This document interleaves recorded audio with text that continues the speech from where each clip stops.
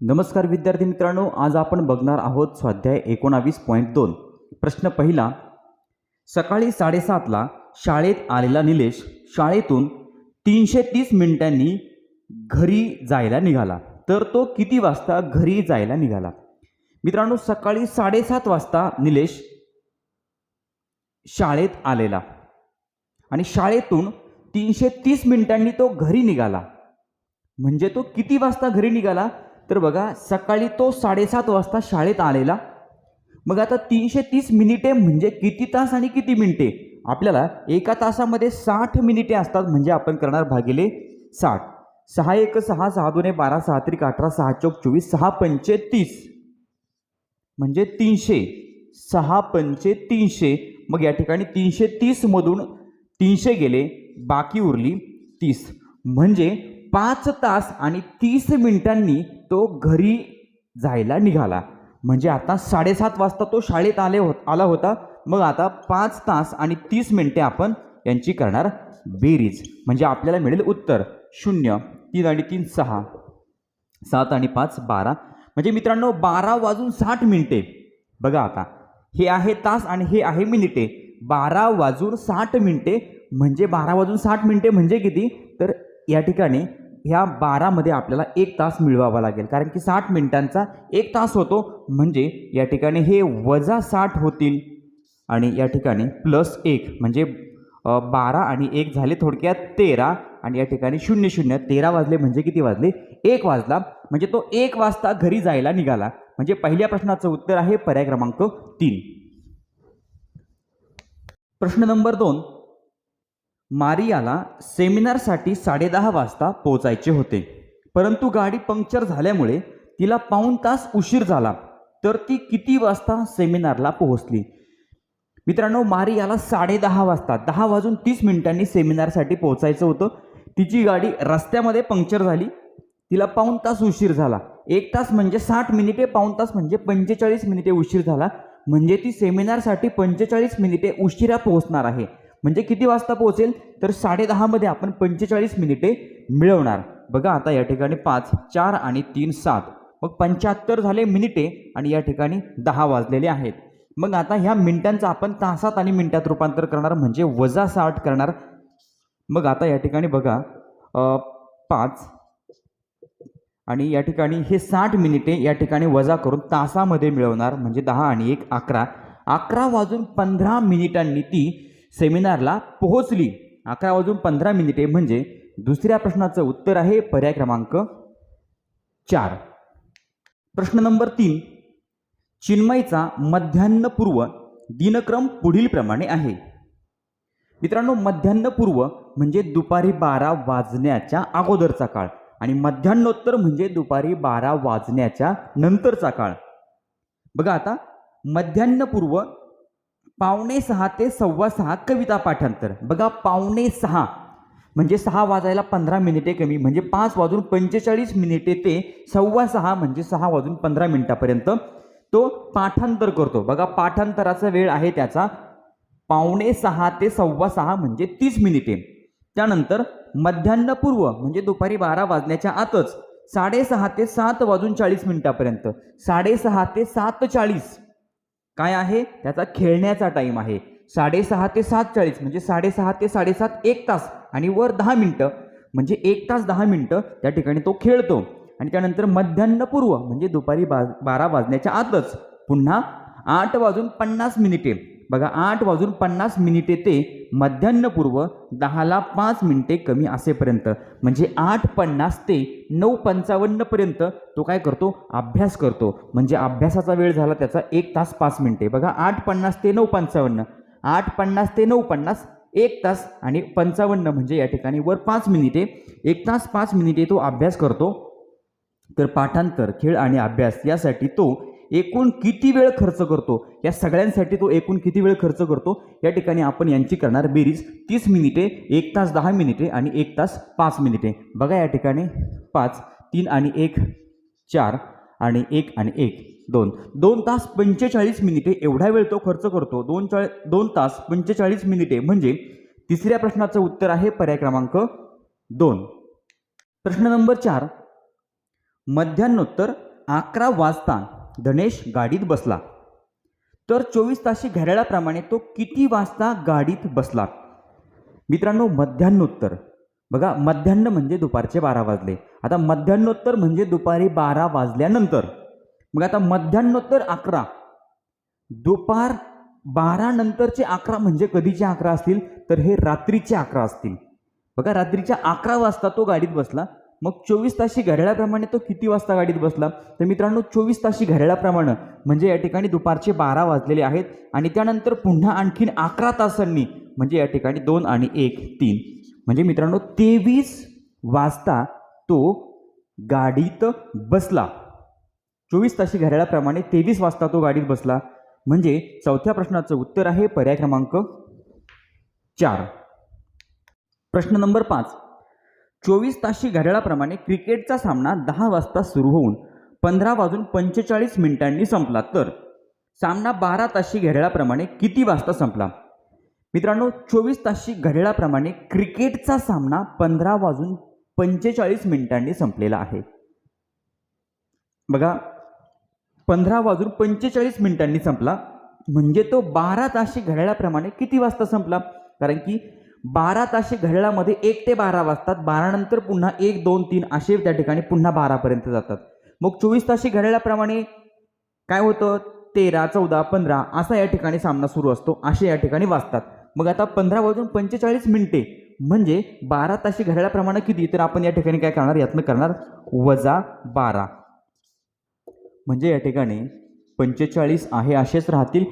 15तनं 12 गेले, बाकी उरली 3 म्हणजे 12 ताशी घड्याळाप्रमाणे 3:45 सामना संपला. म्हणजे 5व्या प्रश्नाचं उत्तर आहे पर्याय क्रमांक 2. प्रश्न नंबर 6. नागपूरहून पहाटे 4:10 वाजता सुटणारी केरळ एक्सप्रेस दुसऱ्या दिवशी 15:45 तिरुवनंतपुरमला पोहोचते तर नागपूर तिरुवनंतपुरम प्रवासाला किती वेळ लागतो? मित्रांनो, नागपूरहून पहाटे 4:10 केरळ एक्सप्रेस या ठिकाणी सुरू झाली आणि दुसऱ्या दिवशी 14:15 तिरुवनंतपुरमला पोहोचली. तर नागपूर ते तिरुवनंतपुरम या प्रवासाला किती वेळ लागला? तर बघा, 4:10 पहाटे 4:10 बघा 24 ताशी. आता रेल्वे जर म्हटलं तर हे 24 ताशी घड्याळ आहे. मग आता पहिल्या दिवशी एकूण प्रवास किती झाला? तर मित्रांनो, आता 24 ताशी घड्याळाप्रमाणे 24 वाजतात. मग आता 24 मधून पहिल्या दिवशी 4 तास 10 मिनिटे आपण काय करणार? वजा करणार. बघा, 4 तास 10 मिनिटे कारण की प्रवासाला सुरुवात कधी झाली? पहाटे 4:10 म्हणजे पहिल्या दिवसामध्ये एकूण किती प्रवास झाला? तर त्यासाठी आपण 24 तासातून 4 तास 10 मिनिटे वजा करू. बघा, आता या ठिकाणी 1 तास या ठिकाणी इकडे घेऊया, मिनिटामध्ये रूपांतर करूया.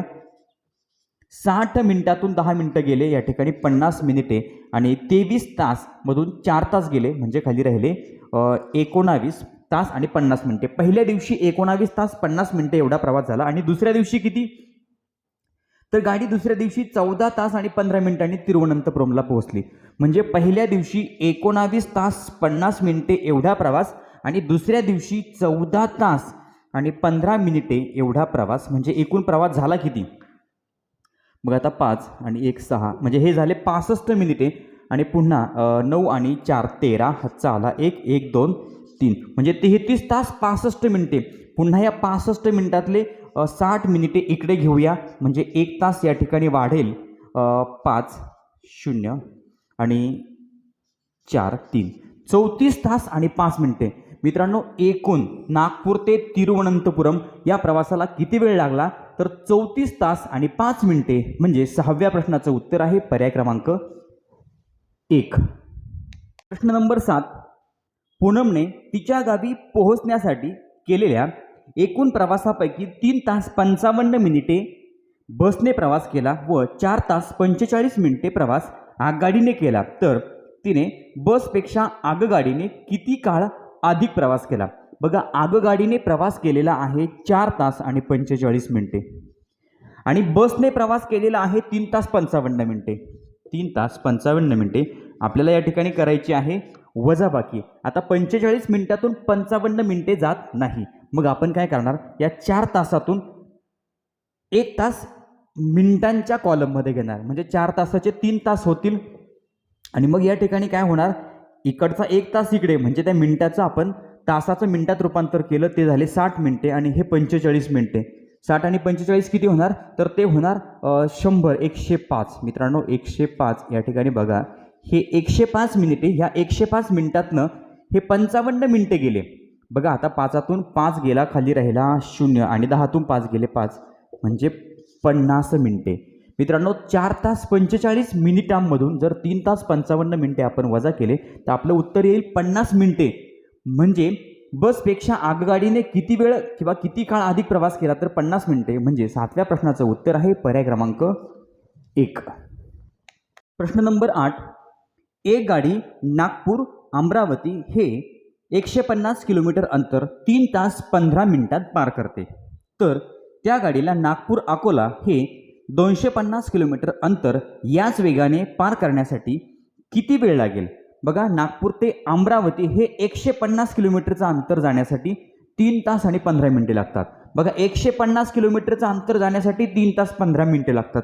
तर मित्रांनो आपण ह्या 150 किलोमीटरचे जर 3 बाजूला भाग केले, 3 भाग केले, म्हणजे 50 किलोमीटर 50 किलोमीटर आणि 50 किलोमीटर, म्हणजे काय होणार बघा, 50 किलोमीटर अंतर जाण्यासाठी तिला आता पुन्हा 3 तास आणि 15 मिनिटांचे 3 भाग करूया, म्हणजे या ठिकाणी 1 तास 5 मिनिटे. बघा मग आता 50 किलोमीटर 50 किलोमीटर आणि 50 किलोमीटर झाले 150 किलोमीटर, 1 तास 1 तास 1 तास, त्यानंतर 5 मिनिटे 5 मिनिटे 5 मिनिटे, म्हणजे 50 किलोमीटर अंतर जाण्यासाठी गाडीला 1 तास आणि 5 मिनिटे एवढा वेळ लागतो. बघा 150 किलोमीटर अंतर जाण्यासाठी 3 तास 15 मिनिटे लागतात, तर गाडीला 250 किलोमीटर अंतर जायचं आहे आणि त्याच वेगाने जायचं आहे, तर किती वेळ लागेल, तर 50 किलोमीटरला 1 तास आणि 5 मिनिटे एवढा वेळ लागतो. तर असे 50 किलोमीटर आपण जर असे 5 वेळेला घेतले तर 250 किलोमीटर अंतर जाण्यासाठी गाडीला मित्रांनो हे 5 तास आणि हे 25 मिनिटे, म्हणजे 5 तास 25 मिनिटे एवढा वेळ लागेल. म्हणजेच 8व्या प्रश्नाचं उत्तर आहे पर्याय क्रमांक 3, 5 तास 25 मिनिटे. प्रश्न नंबर 9. सुहासने 60 किलोमीटर अंतर पूर्ण करण्याच्या मोटरसायकलच्या स्पर्धेत भाग घेतला. त्याने ते अंतर ताशी 15 किमी वेगाने पूर्ण केले. जर ती स्पर्धा सकाळी 10:15 सुरू केली होती तर तो निश्चित ठिकाणी किती वाजता पोहोचला. मित्रांनो 60 किलोमीटर अंतर या ठिकाणी पूर्ण करण्याची स्पर्धा आहे, ज्यामध्ये सुहासने भाग घेतलेला आहे. तो 1 तासामध्ये 15 किलोमीटर एवढी गाडी चालवतो. स्पर्धा सकाळी 10:15 सुरू झाली, तर तो त्याच्या निश्चित ठिकाणी 60 किलोमीटर अंतर पूर्ण केल्यानंतर किती वाजता पोहोचलेला असेल ते आपल्याला शोधायचं आहे. मित्रांनो 1 तासाला 15 किलोमीटर एवढं अंतर पूर्ण केलं जातं. एकूण किलोमीटर आहेत 60 किलोमीटर. 1 तासाला 15 किलोमीटर म्हणजे त्याला किती वेळ लागेल, तर मित्रांनो 15 चोक 60. अतिशय सोपं आहे. 1 तासाला जर 15 किलोमीटर गाडी जात असेल तर 15 चोक 60 म्हणजे 60 किलोमीटर अंतर जाण्यासाठी 4 तास लागणार आहे. स्पर्धा सकाळी सुरू झालेली आहे 10:15 अधिक त्यामध्ये आपण जर 4 तास मिळवले तर आपल्याला उत्तर मिळेल 10 आणि 4 14, 14:15. तो किती वाजता पोहोचला, तर 14:15 वाजता, म्हणजे 14:15. म्हणजे 9व्या प्रश्नाचं उत्तर आहे पर्याय क्रमांक 1. प्रश्न नंबर 10. थुंबा अग्निबाण प्रक्षेपण केंद्रातून एक अग्निबाण 1 सेकंदात 12 किमी या वेगाने जातो, तर तो अग्निबाण संध्याकाळी 5:32 ते 5:45 या कालावधीत किती अंतर गेला असेल. मित्रांनो थुंबा अग्निबाण प्रक्षेपण केंद्र आहे, ज्यामध्ये एक अग्निबाण 1 सेकंदामध्ये 12 किलोमीटर एवढं अंतर पार करतो. बघा संध्याकाळी 5:32 तो अग्निबाण प्रक्षेपित केलेला आहे, तर 5:45 वाजेपर्यंत. बघा 5:45 म्हणजे 5:45 तो किती अंतर गेला असेल. मग आता 5:32 तर 5:45 कालावधी किती, 5:32 आणि 10 42, 43 44 आणि 45, म्हणजे 5:32 ते 5:45 किती होणार, हे 13 मिनिटांचं अंतर. बघा एकूण मिनिटे झाली 13 मिनिटे. मग 13 मिनिटामध्ये तो किती किलोमीटर अंतर गेलेला असेल? तर मित्रांनो बघा, आपल्याला ह्या 13 मिनिटाचं सेकंदात रूपांतर करावं लागेल. एका मिनिटामध्ये असतात 60 सेकंद, म्हणजे 13 गुणिले आपण करणार 60. 13 मिनिटाचं आपल्याला सेकंदात रूपांतर करायचं आहे, कारण की एका सेकंदामध्ये तो अग्निबाण 12 किलोमीटर एवढं अंतर जातो. मग आता शून्याने गुणूया. 0 गुणिले 3 0, 0 गुणिले 1 0, त्यानंतर दशकाचा 0, 6 त्रिक 18 हातचा आला, 1 6 1 6 आणि 1 7. बेरीज जर केली तर 780. मित्रांनो 780 सेकंद झाले. 780 सेकंद आणि एका सेकंदामध्ये तो बाण जातो 12 किलोमीटर. मग बघूया एकूण किती किलोमीटर तो बाण गेलेला असेल. 12 0 0, 12 8 96, हातचे आले 9, 12 7 84 आणि 85 86 87 88 89 90 91 92 आणि 93. म्हणजे तो अग्निबाण 9360 किलोमीटर, 9360 किलोमीटर एवढं अंतर गेलेलं असेल. म्हणजे 10व्या प्रश्नाचं उत्तर आहे पर्याय क्रमांक 1. नंबर 11. 24 ताशी घड्याळाप्रमाणे क्रिकेटचा सामना 10 वाजता सुरू झाला व 16 वाजून 45 वाजता संपला. सामना संपला त्यावेळी 12 ताशी घड्याळात किती वाजले असतील? मित्रांनो 24 ताशी घड्याळाप्रमाणे क्रिकेटचा सामना 10 वाजता सुरू झालेला आहे. आता 10 वाजले म्हणजे हे सकाळचे 10 वाजलेले असतील आणि 16 वाजून 45 मिनिटांनी सामना संपलेला. तर 12 ताशी घड्याळात किती वाजलेले असतील? तर 16 वाजून 45 मिनिटांमधून मित्रांनो फक्त 12 वजा करा, म्हणजे आपल्याला आपलं उत्तर मिळेल. या ठिकाणी 45 मधून 0 गेला म्हणजे खाली 45 शिल्लक राहतील. 6तनं 2 गेले, खाली राहिले 4, एकातून 1 गेला 0. 12 ताशी घड्याळाप्रमाणे 4 वाजून 45 मिनिटांनी सामना संपलेला असेल किंवा 12 ताशी घड्याळात 4 वाजून 45 मिनिटं झालेले असतील. म्हणजे 11व्या प्रश्नाचं उत्तर आहे पर्याय क्रमांक 2. प्रश्न नंबर 12. एक बस स्वारगेटहून सुटली आणि 2 तास 25 मिनिटे प्रवास करून साताऱ्याला 2:30 वाजता पोहोचली, तर ती बस स्वारगेटहून किती वाजता निघाली? मित्रांनो एक बस स्वारगेटहून सुटली म्हणजे स्वारगेटहून ती निघाली आणि 2 तास 25 मिनिटांचा प्रवास केल्यानंतर ती गाडी साताऱ्याला 2:30 वाजता पोहोचली, म्हणजे 2 वाजून 30 मिनिटांनी पोहोचली. तर ती बस स्वारगेटहून किती वाजता निघाली होती? बघा 2 वाजून 30 मिनिटांनी ती बस पोहोचलेली आहे साताऱ्याला.